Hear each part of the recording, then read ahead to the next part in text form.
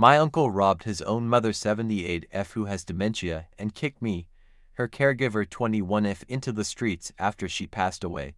This is a long story that I will try to keep as short as possible. But if anyone could give me some advice or even just listen, it would be a great help. I'm currently a 21-year-old student. I've been living alone with my grandmother since late 2018, so almost 5 years. She is also my legal guardian. I love my grandmother, but she is not the easiest person to be around, that's putting it lightly. So even when she started to get more and more difficult, I didn't realize they were symptoms of dementia. I honestly think the dementia may have started long before I lived alone with her, but she didn't get an official diagnosis until December of 2022. That's for years of me constantly asking for help and the adults didn't do anything. My parents can't do much as they live in a different province, and they were dealing with their own stuff. But my uncle, the biological son, lives 3 minutes away from us. 3 minutes, but throughout the 4 years I've lived alone with her, he never came. Not a text message wishing her happy birthday.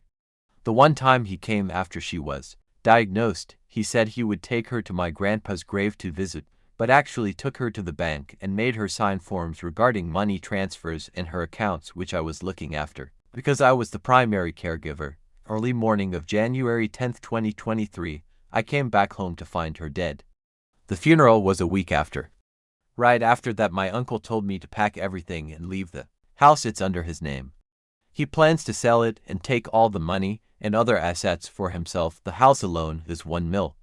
Mind you, I've lived in that house for over 15 years and he never paid a single penny towards this house. My grandma paid all the mortgage and expenses herself. I'm thinking about suing him. I've never been greedy for money, that's not what this is about.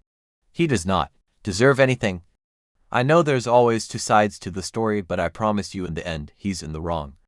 Part of the reason why my parents are not involved is because he never had a good relationship with my mother, and there's things she's done that I don't approve of, but her and I are different people.